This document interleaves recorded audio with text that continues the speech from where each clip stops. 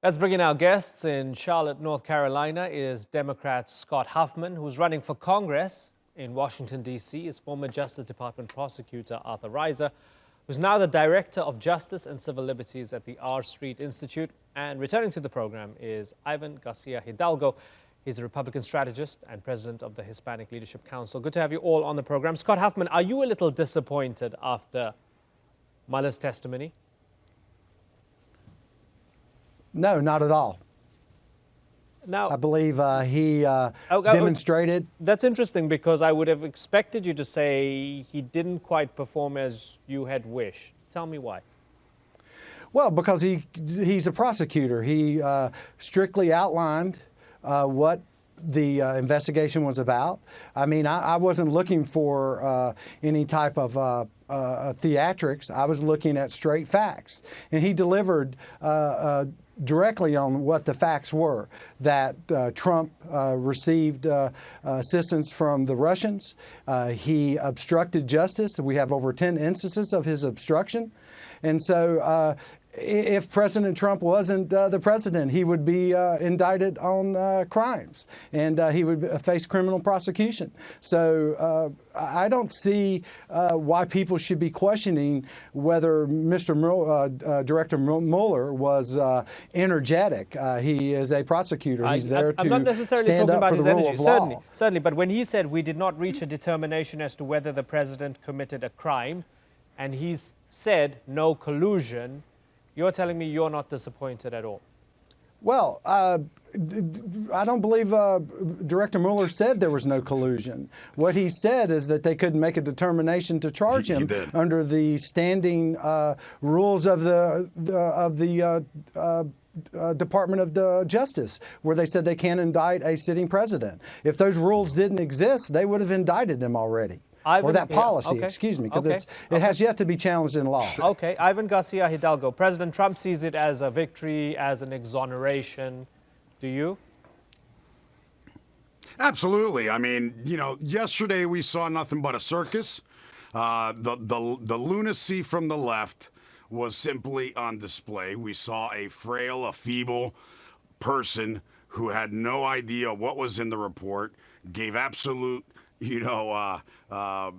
took all doubt that he had nothing to do with writing this report, didn't even know what was in it, showed that he was probably just a figurehead, and 16 partisan radical liberal lawyers that were on his team, which were a partisan hack job, wrote this report, and they were in charge of trying to find any kind of crime on the president. He couldn't answer. He looked terrible, seemed confused, and he did say no collusion. And he came back, just to clarify what the previous guest said, was he did come back and say that he wouldn't have charged. He's saying that he didn't charge him or indict him because of DOJ rules, but he came back and said that wasn't an accurate statement. So at the end, Democrats have spent almost $30 billion, $30 million, hundreds of subpoenas, 40 FBI agents, et cetera, chasing this ghost that didn't exist. It was all a hoax. It was all created by the Democrats, by the Obama and the Clinton campaign, to try and entrap a president. And at the end, the silver bullet that they were all hoping for that was going to come out in the Mueller report never came out.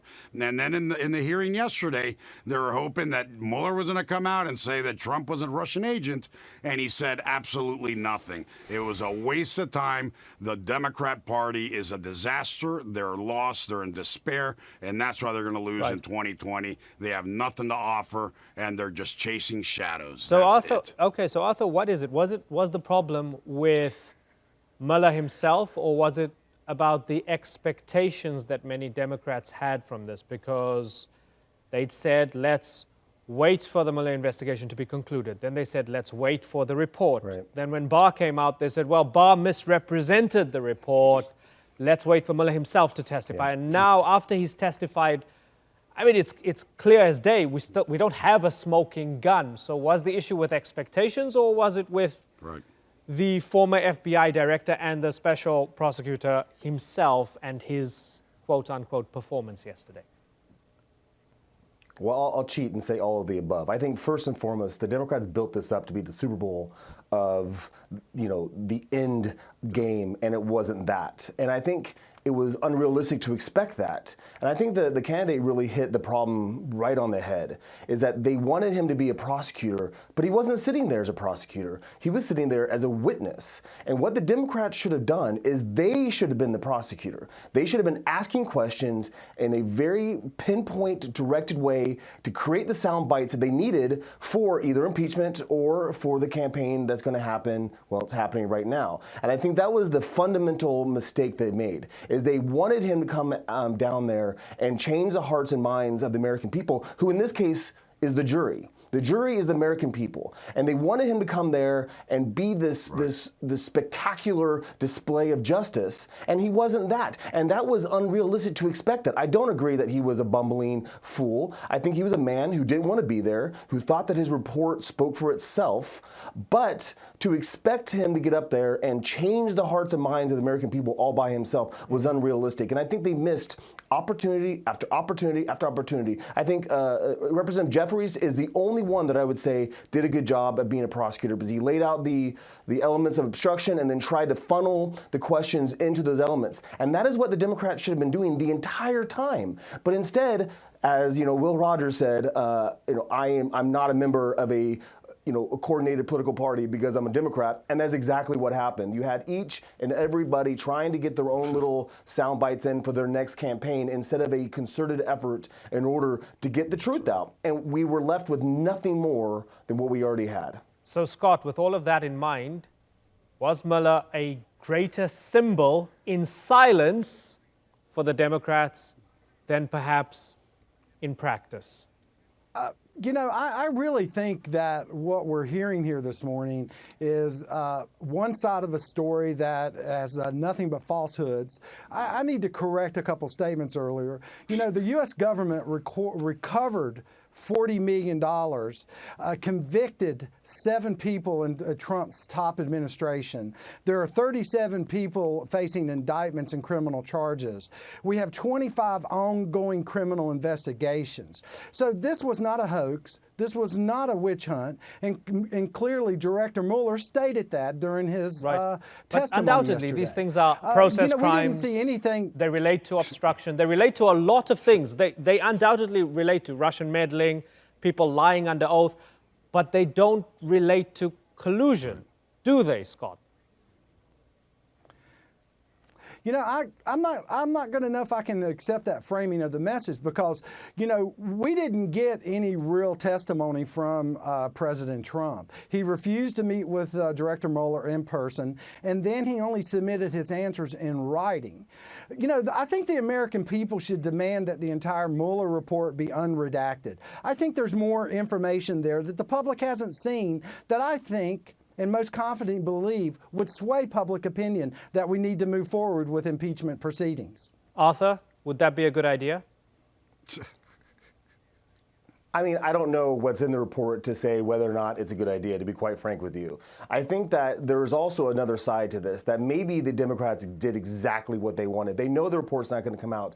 And, I go back to Alexander Hamilton in the Federalist 65, who said that, when it comes to impeachment, you're never going to capture the passions of the entire country. And I think Nancy Pelosi is a very skilled politician, and I think that if you look at it through that lens, where they know that they're not going to be able to capture the passions of the American people, they're not going to be able to change the hearts and minds. Listen, she saw this movie in 1998 with the Clinton administration, and she knows how this movie ends. And I think that it's really clear that the Democrats do not want to go forward with impeachment, because I think it will rally every single Republican around the president, and I don't think it's a good idea. As far as releasing the entire report, I don't know enough in there to be able to say, and I think it will be irresponsible for me to, off the cuff, say, yeah, release it when I don't know what the national security implications are. Ivan, do you think the Democrats could be playing a long game here? No, I think they made a big mistake. Let's see what the Attorney General comes up with, what the IG comes up with. There's an investigation going on right now on how this started. The real loser out of this entire situation is obviously the Obama administration. All this happened on their watch. They did nothing. They put, they spied on 2 American citizens. It looks like a setup, smells like a setup. It might very well be a setup. So let's see what happens. But I think the Democrats overplayed their hand. Today, I don't think there's an appetite to impeach this president. There's no grounds to impeach this president, no matter, how much they light their hair on fire on the radical left. But people that, imagine saying Nancy Pelosi is a moderate. That's amazing, when she was always the poster child for liberalism.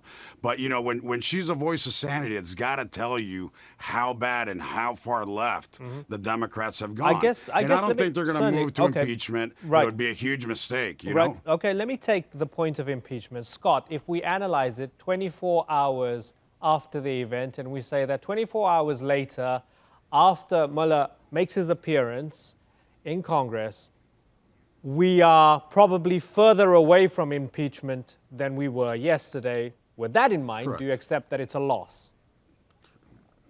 I really believe it's not a loss for the American people, because we've learned more and we've seen Robert Mueller talk about the issues.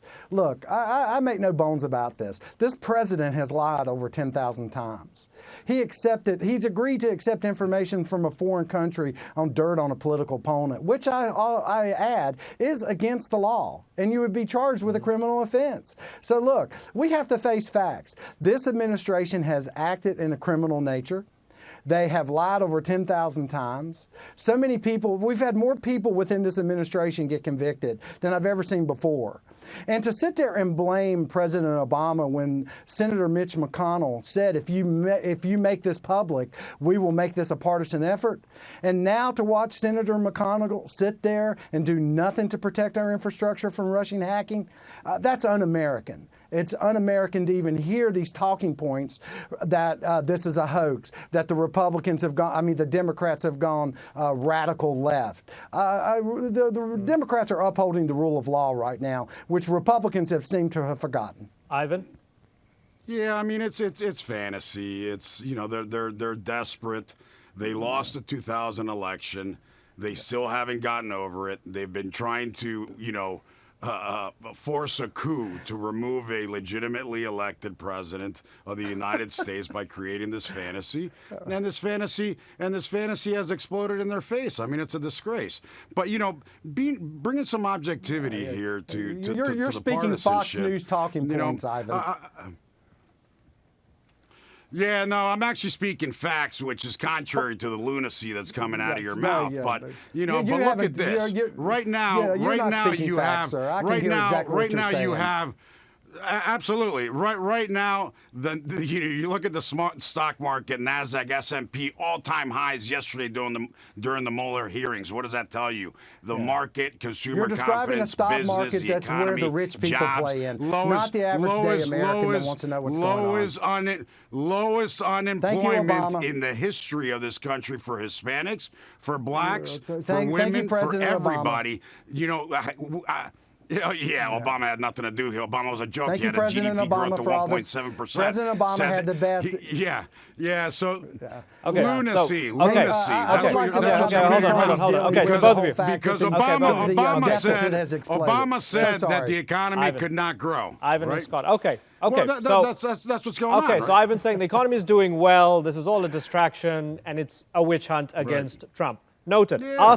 Arthur and Scott disagrees with him. Arthur Rize, can we make anything of the fact that there, at the very least, was a suggestion coming out of this that Trump could be indicted after he leaves office? Does that mean anything? Well, I think it means a lot if the facts are there. I don't think we have all the facts, but let's assume that we do. Let's assume there is enough evidence to indict the president on obstruction of justice at the very least. Well, what happens then? We're pretty sure that he can't be indicted while he's in office. I think there's enough critical mass out there to hold that to be truth. So what happens if he's reelected? Well, the statute of limitations for obstruction is 6 years. So are they going to wait until he's out of office for a second term? If he leaves this term, that changes things. But it becomes an entire unprecedented legal mess if he's reelected, because there is really no way to make that determination until after the fact, because it's not ripe, the courts won't pick it up, and then we have to decide whether or not the statute of limitations crime told. Now, that's only if we are sure that he obstructed justice. And again, I don't know if we have all the facts because we don't have the unredacted report. We don't know everything. Right. I don't think it's smoke and mirrors. I don't think it's a hoax. But I do think that we are screaming at the top of the mountain without actually having all the facts right now. When are we going to get those facts? How are we going to get those facts? I don't really know. But I do think it's premature at this point to be talking about impeachment and talking about prosecution until we actually know what's going on. We do not have all the facts. We know there is smoke. Right. Maybe there's fire, but we've seen 100 times where there was smoke and there was nothing there. Right. And maybe that's one of these times as well. Okay, so the big question has been if the president colluded with or conspired with a foreign country in order to win an election or undermine his own country and so on. And just rewinding that for a second, at the genesis of it all was whether the Russians were fiddling and meddling with the election itself. Let's have a little listen to what Mueller had to say about that. Over the course of my career, I have seen a number of challenges to our democracy. The Russian government's effort to interfere in our election is among the most serious. And as I said on May 29th, this deserves the attention of every American. Ivan, you probably accept that, right? The Russians meddled, the Russians tried to do whatever they could to undermine American democracy. You agree with the special prosecutor there, right? 100%. I mean, not only the Russians, but plenty of other foreign adversaries probably do on a regular basis, maybe daily, as we probably do abroad as well, right? So that's not news. We know that. We've known that to be fact for decades. But going back to the impeachment and the smoking guns and the indictments and all that, I think, look, we have to take a step back and leave some of the partisanship aside. We got to put out our hair that's on fire and stop screaming down the street and yelling at the sky. And really analyze what really happened here. Was this a setup? Was it not a setup? What's going on in the process? We've spent over 3 years and tens of millions of dollars, hundreds of subpoenas, hours and hours of investigating. And at the end, the bottom line, it comes back to the same thing, that there was no collusion, right? Okay. Or no so let's get Scott. I want to get Scott's response to this. Okay, Ivan. Okay, so Ivan, I'm sorry, Scott, does Ivan make a good point that the focus should be on the Russian interference and not whether Trump colluded, because after all this effort, it's hard to still find criminality? Right. Look, I think it's important to point out that this hasn't been a waste on our taxpayers, because we've recovered $40 million. All right, and the point that this has been a waste of time. This has been the most effective investigation we've ever seen. How many years did the Republicans spend on Benghazi and Hillary emails? I mean, I just find it just ludicrous that I hear from Ivan that he's saying that there's no collusion, yet the very thing that Trump said, this Russian thing was on my mind. I had to get rid of James Comey because of it. Yeah, no, Trump said that in an investigation when he was being interviewed by NBC News. This Russian thing was on my mind. I had to fire Comey. Listen, let's just point out the facts. The Russians are meddling in our infrastructure. I do information technology. I've been in enterprise management for over 23 years. The Russians are cyber attack, have 24/7 cyber warfare on our networks. I see it. We've had voting systems hacked. In fact, we have a United States citizen who is a whistleblower sitting in prison right now for over 5 years. Her name is Reality Winner, who leaked information that the NSA had on the fact that we had our voting systems hacked. And where is she? In prison. The Congress should bring her out and testify so we know exactly what she knows, instead of locking her up in prison. She's a political prisoner over this. Okay. Gentlemen, pleasure talking to all of you. Scott Huffman, Arthur Rize, and Ivan Garcia-Hidalgo. Thank you so much. Talk to you soon on the Newsmakers. Thank you.